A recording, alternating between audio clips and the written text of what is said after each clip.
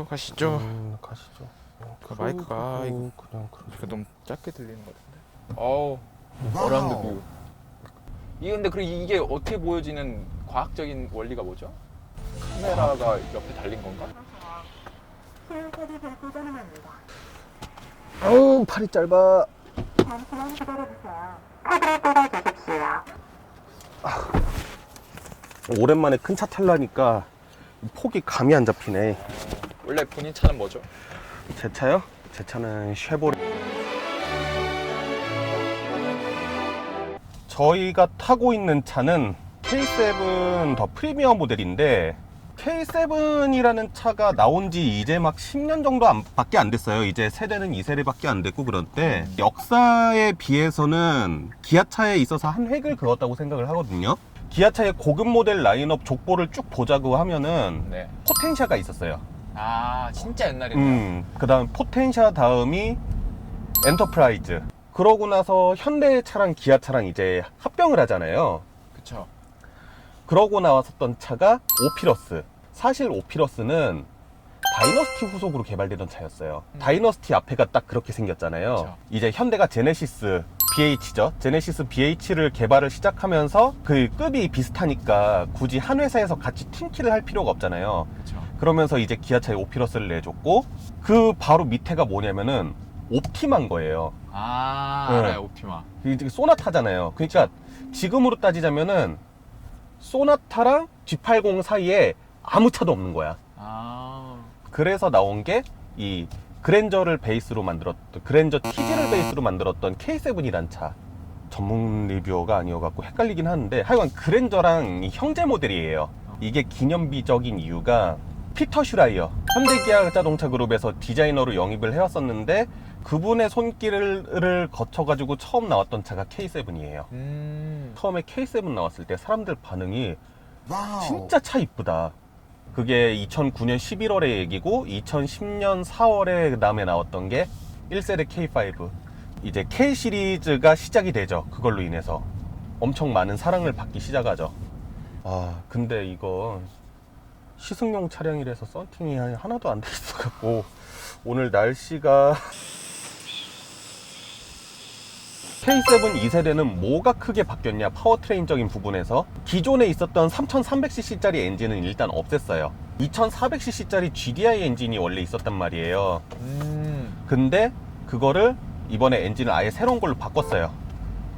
2500cc짜리 GDI 엔진인데, 엔진이 어떤 방식으로 구동되는지 운전병이니까 알죠? 알죠. 어떻게 저는 정비를 실제로 해봤던 사람이라서. 어떻게 돌아가요? 폭발하면서 실린더 내부에서 공기랑 기름을 쫙 뿌려주잖아요, 인젝터가. 그 다음에 공기가 유입이 되고, 그거를 꽉 닫은 다음에 실린더를 압축을 시키면서 폭발하는 에너지로 차가 움직이잖아요. 그쵸. 근데 MPI는 뭐냐면은 연료 분사를 실린더 바깥쪽에서 이렇게 해준단 말이에요. 그리고 GDI 엔진은 뭐냐면 실린더 내에 이거를 뿌려준 인젝터가 있어요. 각자의 장단이 있어요. MPI 같은 경우에는 조금 더 유들유들하고 부드러운 그런 엔진 질감이 있고, GDI 같은 경우에는 아무래도 이 연료를 직접 실린더 내부로 분사를 하니까 엔진이 힘이 훨씬 좋은 거예요. 그래가지고 나왔어요? 네? 이가 나왔어요? 이번에 새로 들어온 2.5 이 엔진 같은 경우에는 그래서 아예 이 두 개의 방식을 짬뽕을 시켜버렸어요. MPI 방식의 장점이 약간 부들부들하고 부드럽고 그런 거라고 말씀드렸잖아요. 그쵸. RPM이 낮거나 항속 운전일 때는 네. MPI 방식으로 연료를 분사를 하는 거예요. 아, 근데 GDI 방식의 장점이 폭발적인 파워라 그랬잖아요. 그쵸. RPM이 높아지거나 높은 마력을 요구할 때는 직접 분사를 하는 거예요, 또. 그렇게 만들 수 있었는데 왜 안 만들었지? 그러니까 그게 원래 기존에 쓰던 세타2 엔진 대신에 세타3라는 새로운 엔진 이름을 붙여가지고 나온 게 2500cc짜리고, 지금 우리가 타고 있는 게 그 차거든요. 지금 저속으로 가고 있잖아요. 네. 저속으로 가고 있을 때 엔진 반응이 상당히 부드러운 편이에요. GDI 엔진은 그 엑셀을 뭐 깊게 밟든 얇게 밟든 약간 좀 거칠다라는 느낌이 없지 않아 있거든요. 네. 근데 얘는 그런 좀 거친 느낌이 없다라는 거죠. 그 고회전일 때 엔진 반응은 어떤지 또 한번 지켜보긴 해야 되는데, G25 스마트 스트림 엔진에 대해서 좀 더 얘기를 해보자면은 4기통이에요 엔진이. 이제 3.0 모델에는 V형 6기통 엔진이 들어갔는데 사실 덩치가 커요. 이게 이번에 페이스리프트 되면서 이제 앞뒤 범퍼가 길이가 조금 늘었나 봐요. 그러면서 25mm가 커졌어요. 그러면서 제네시스 G80 있죠. 네. 그것보다 5mm가 더 크대요, 이 차가.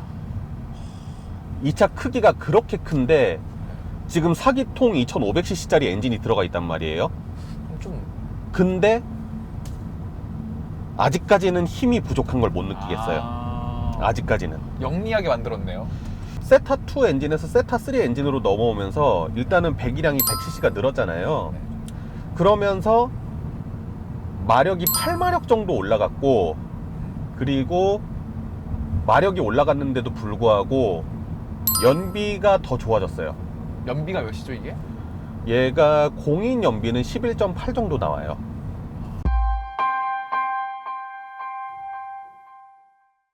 인테리어가 그 부분 변경 전의 모델이 기억이 안 날 정도로 많이 바뀌었거든요.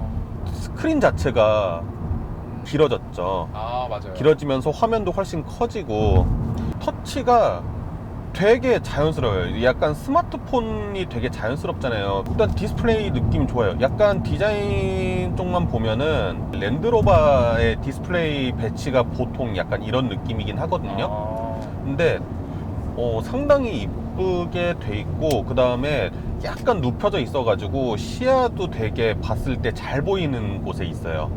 이제 영상으로 봤을 때는 느껴지실지 모르겠는데 디스플레이가 약간 운전자 쪽으로 기울어져 있어요, 살짝. 아 그렇게 보여요. 네, 그래가지고 운전자가 딱 보고 뭔가 정보를 습득하기에는 좋다. 이 밑에 버튼류도 되게 깔끔하게 변했어요. 필요한 것들은 다 버튼류가 있는데 배열 자체가 복잡하지도 않고 디자인 자체도 상당히 심플하게 해놔가지고 딱 봤을 때 뭐가 있는지 보이고, 요즘 차들 추세가 이 디스플레이를 이렇게 넓혀가지고 이렇게 세로로 길게 해가지고 이제 디스플레이 내에 그냥 내장해버려서 터치식으로 하는 경우가 많아요.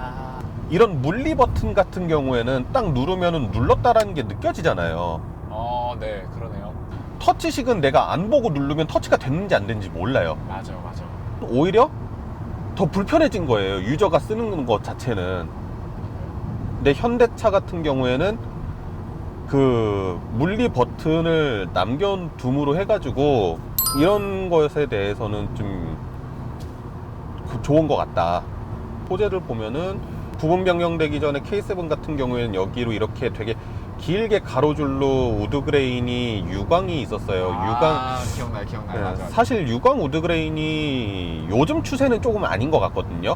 맞죠? 그래서 저는 그 부분이 약간 마음에 안 들었었는데, 이번에 무광으로 해가지고 제법 넓게 해서 위치를 했단 말이에요.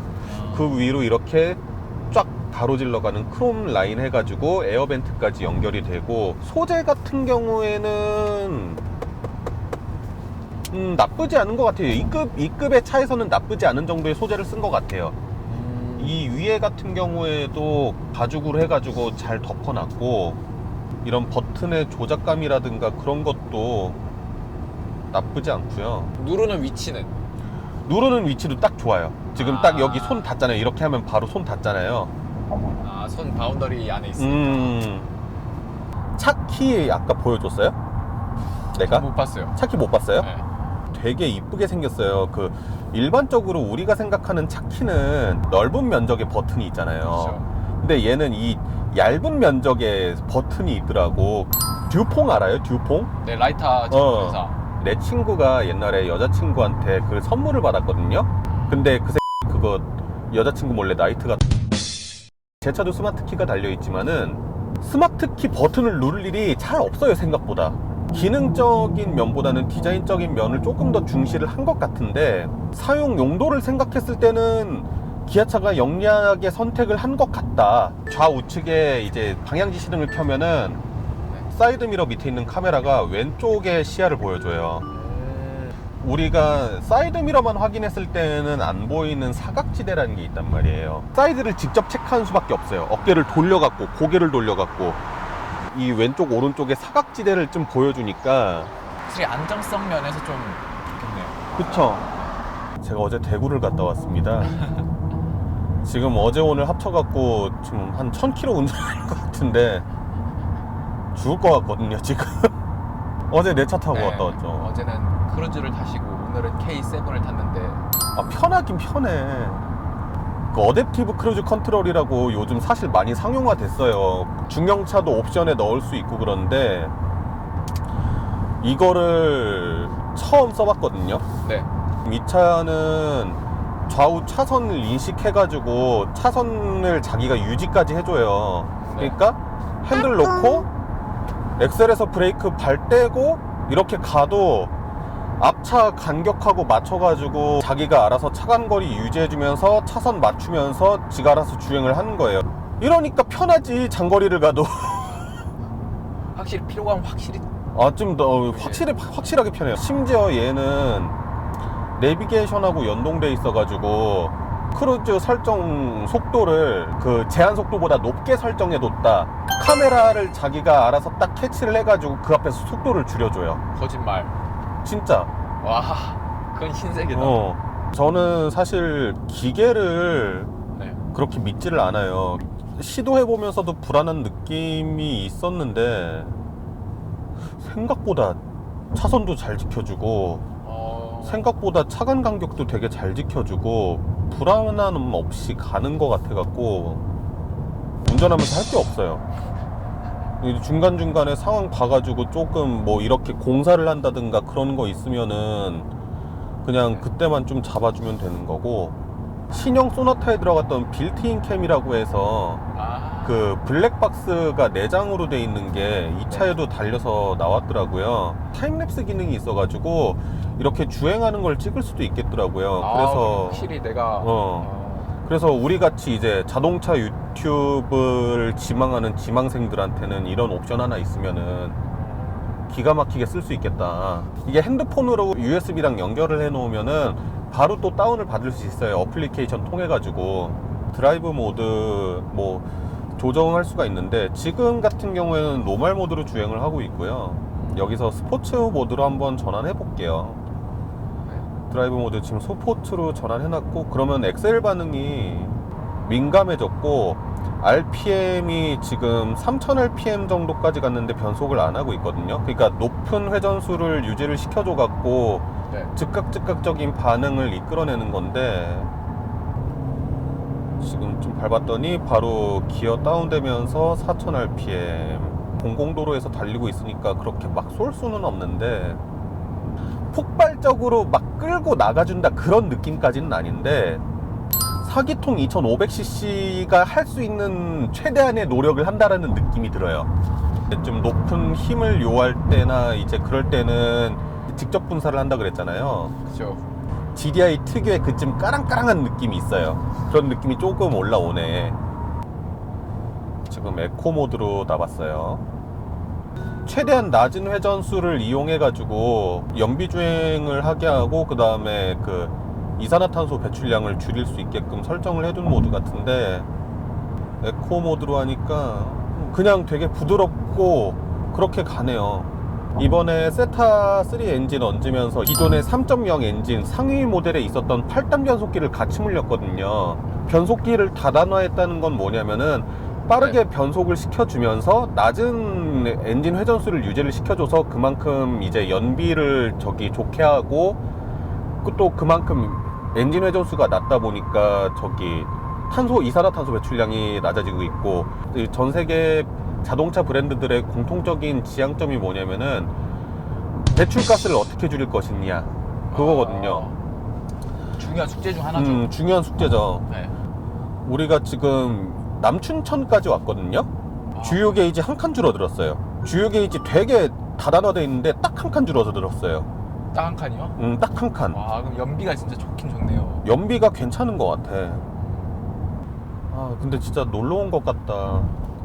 날씨가 너무 맑아요. 아. 날씨가 지금 장마철이라는데 날씨 이렇게 맑은 거 진짜 오랜만에 보는 거 같네. 일단 놀러 온 것 같다 진짜.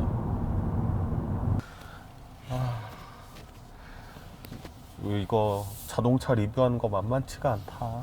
회사 때려치고 자동차 리뷰하려고 그랬는데 진짜 자동차 유튜브 하시는 분들 진짜 존경스럽습니다. 이거 진짜 운전하면서 뭐 하려고 그러니까 그냥 이 의식의 흐름대로 얘기하는 대로.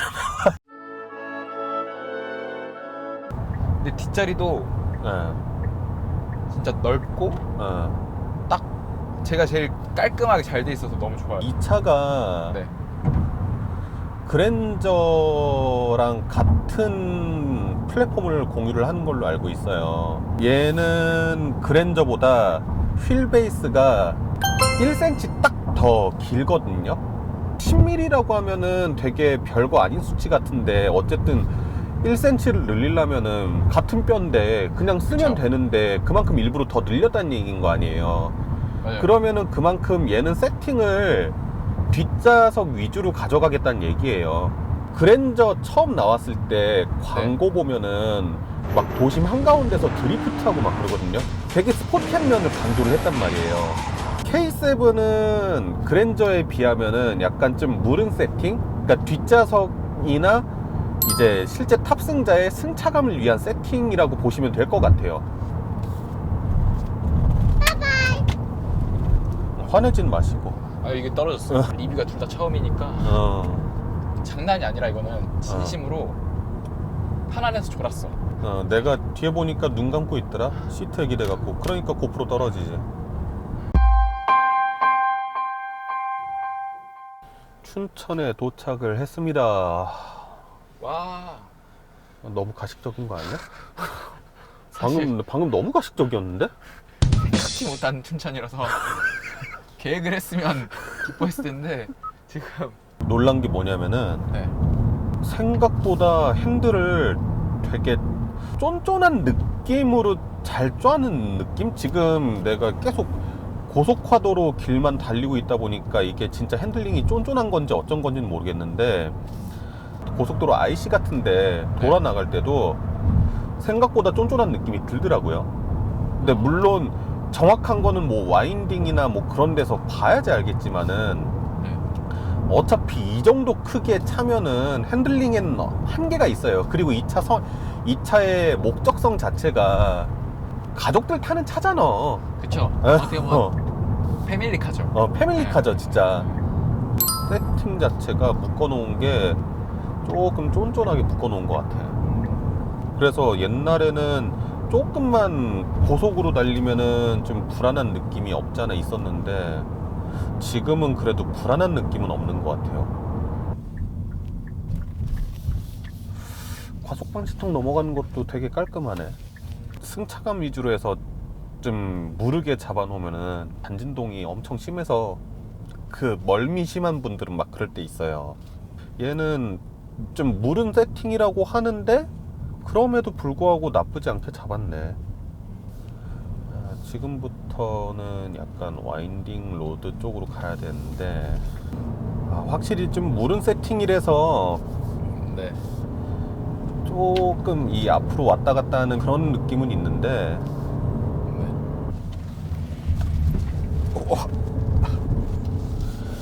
이게 조금 무리한다 싶으면은 전자제어 장치가 들어와서 개입을 해줘요. 안전하게 뒤에만 압이 구현합니다. 시승차에 끼워진 휠은 18인치 휠이고요. S1 노블 휠이 끼워진 것 같은데 조금 과격하게 휘둘렀는데도 비명도 안 지르고 전자 개입도 잘 들어오고 브레이크를 지속적으로 밟고 있는데 브레이크 컨디션도 생각보다 오래 버텨주는 느낌이에요. 와. 개오바야 이거. 네, 여러분 와인딩에서 이 정도 속도로 안 다니시잖아요. 상씨 괜찮아요? 멀미할 것 같아요.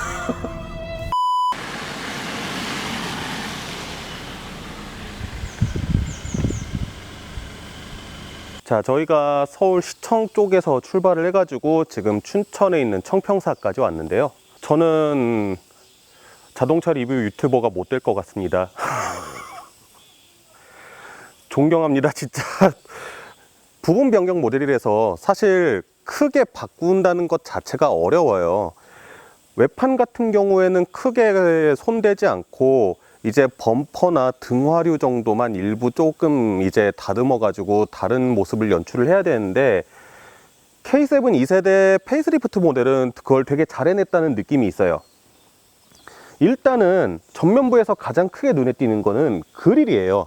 그릴이 체감상으로 봤을 때는 뭐 2배 정도까지 커진 것처럼 느껴지는데, 사실은 이 헤드램프를 조금 얄쌍하게 깎고 방향지시등을 아래쪽으로 내리면서 그릴이 상대적으로 커 보이는 효과를 줬거든요. 근데 그릴이 크면은 일단 차가 되게 당당해 보이는 모습이 있어요. 2세대 페이스리프트 전 모델에 비해서 훨씬 당당해진 느낌이 있고 훨씬 고급스러워진 느낌이 있어요. 특히 제가 칭찬하고 싶은 부분은 이 데이라이트 부분인데요. 데이라이트가 이렇게 그릴 안쪽으로 파고드는 디자인은 진짜 생각도 못 했거든요. 렌더링 보면서 와, 대박이다 라고 생각했던 부분 중에 한 부분인데, 그 부분이 실차에서도 되게 잘 구현이 됐고요. 그 다음에 이 캐릭터 라인을 따르면서 이 깎아내리는 라인도 상당히 잘 표현했습니다. 부분 변경 전에는 딱 이 부분에서 꺾여 있었어요. 꺾여 있고 이 중앙이 텅 비어 있어 가지고 그 앞부분의 짜임새보다는 조금 허전해 보인다라는 인상이 있었는데, 이거를 이렇게 이 양쪽 테일 램프를 한 줄로 연결을 해 가지고 좀 비어 보이는 거를 채웠다는 느낌이 들고요.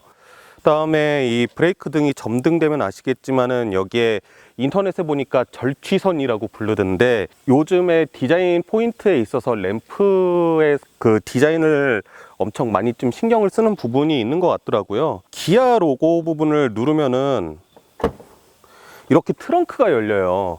개인적으로는 앞부분이 상당히 날렵하게 좀 디자인이 변화가 된 부분에 비해서 뒷부분은 조금 약간 순둥순둥해진 느낌도 없지 않아 있어요. 이 부분에 대해서는 호불호가 좀 있다고 하는데, 깔끔하긴 한데 저도 약간 좀 순둥순둥해진 것 같아서 아쉬운 부분은 있습니다.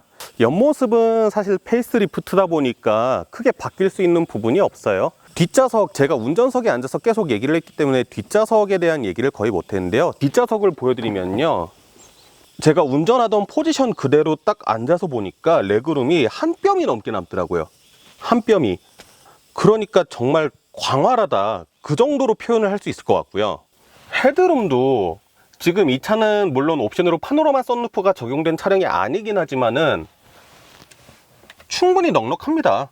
이 정도면은 이렇게 등에 딱 기어도, 그리고 등받이 각도가 정말 편안한 그 정도 세팅이에요. 공간 활용도가 이 정도면은 진짜 패밀리카로서는 손색이 없는 차량이죠. 승차감도 좋고. 이상현 PD 점심도 못 먹이고 하고 있으니까 빨리 촬영 끝내고 닭갈비 저희 먹으러 가도록 하겠습니다. 저희 마지막으로 K7 어떤 느낌이었는지 한번 정리하고 끝내도록 할게요. 그랜저가 엄청 잘 팔리고 있어요. 근데 막상 그랜저에 비빌 수 있을 만한 판매량의 차량이 없어요. 쉐보레 임팔라 같은 경우에는 글로벌 시장에서도 뭐 경쟁력이 크게 없다고 판단을 했는지 단종 수순을 밟고 있고, SM7 같은 경우에는 사실 판매량이 너무 저조하죠. 현대차의 그랜저, 기아차의 K7 이렇게 두 종류가 있는데, 이 차는 누가 사면 좋은가, 너무 흔하다 그랜저란 차가, 그렇다 싶으면은 최우선적으로 고민해 볼 만한 차량인 것 같고요. 사실 요즘 대부분의 차량들이 너무 주행 성능 위주로 가가지고 조금 딱딱한 서스펜션 세팅이라든가 그런 위주로 가고 있어요. 반대로 그런 세팅으로 유명했던 독일 같은 경우에는 오히려 차가 좀 많이 물러지고 있는 편이거든요. 단단하고 그런 승차감이 불편하다. 나는 그냥 좀 푹신푹신하고 그런 차가 좋다. 어차피 뭐 서킷을 돌 것도 아닌데, 와인딩 뭐 가서 드리프트 할 것도 아닌데, 그런 분들 4인 가족 구성인데 조금 좀 넓은 차인데 편한 차가 타고 싶다거나 그랬을 때 저는 K7을 정말 괜찮은 차인 것 같다 라는 생각이 들고요. 이제 중요한 얘기 중에 하나가 연비. 그래서 MPI 방식하고 GDI 방식하고 합쳐갖고 이번에 새로 만든 세타3 엔진이 들어간 이 K7 2.5의 연비에 대해서 이제 말씀을 안 드렸는데, 저희가 서울시청에서 여기 청평사까지 160km 정도를 주행을 하면서 왔는데 지금 기름 게이지 수가 2칸이 줄었어요. 고회전에서의 엔진 리스폰스나 그 다음에 와인딩에서의 핸들링 이런 것들 확인하려고 조금 급하게 밟은 부분도 없지 않아 있는데, 연비가 이 정도라는 거는 기름과 관련된 유대는 제가 봤을 때는 이 정도면은 크게 걱정 안 해도 될 수준인 것 같아요. 사실 현대기아차에서 차량을 받아가지고 진행을 하는 컨텐츠다 보니까 그럼 이 차는 뭐 단점이 없이 완벽한 차냐, 뭐 그렇게 얘기하실 수 있을 것 같은데, 단점이 없는 차는 없죠. 실 영역에서 주행하는 수준이면은 결코 힘은 부족하지 않은데, 오르막길이라든가 아니면은 좀 빠른 속도로 달리고 있다가 앞차를 추월을 하고 싶다, 그랬을 때는 약간 힘이 부족할 수도 있겠다라는 생각이 들 수 있을 것 같아요. 왜냐면은 이 차의 기본적인 크기가 있잖아요. 아까 전에 말씀드렸다시피 제네시스 G80보다 차체가 크거든요. 근데 엔진은 4기통 2.5L가 들어가져 있고 연비를 좀 고려한 세팅인 것 같고, 높은 엔진 회전에서 GDI 방식으로 이제 좀 뒷받침을 해준다고는 하지만은 확 딱 치고 나가는 느낌은 없다, 그런 생각을 하실 수도 있는데, 엔진 힘을 좀 극대로 필요로 한다 그러면 드라이브 모드를 바꿔서 엔진 회전율을 좀 높여서 쓰는 방법도 있을 것 같아서. 그리고 이 차의 성격을 생각했을 때 어쨌든 패밀리카잖아요. 소나타보다 큰 패밀리카고, 아니면은 뭐 기업이나 이런 데에서 조금 직위가 있는 분들이 법인 차량으로 이용을 하신다든가 라고 생각을 했을 때, 이 차의 용도나 그런 것을 생각을 했을 때는 전혀 무리가 없는 부분인 것 같다라는 생각이 저는 기본적으로 듭니다. 이전 세대, 그 전전 세대 그랜저라든가 K7 같은 모델들을 타면서 조금 하체가 불안하다거나 약간 그런 느낌들을 느꼈었던 부분 때문에 사실 큰 기대는 안 하고 탔어요. 생각보다 잘 돌고 잘 서고 그리고 잘 달려주고, 그런 기본기가 몇 년 사이에 상당히 많이 발전을 해서, 현대기아차가 그 BMW에서 M을 담당하시던 이제 비엄한 직책이 뭔지 모르겠는데 기술 담당자로 이제 영입을 했잖아요. 차량의 전반적인 세팅이나 그런 것들이 상당히 날이 가면 갈수록 발전한 것 같다라는 느낌이 들고요. 저는 이 정도 가격이면은 충분히 구매할 가치가 있다라고 생각이 듭니다. 그리고 얼마 안 있으면은 그랜저 IG도 페이스리프트 모델 나올 거거든요.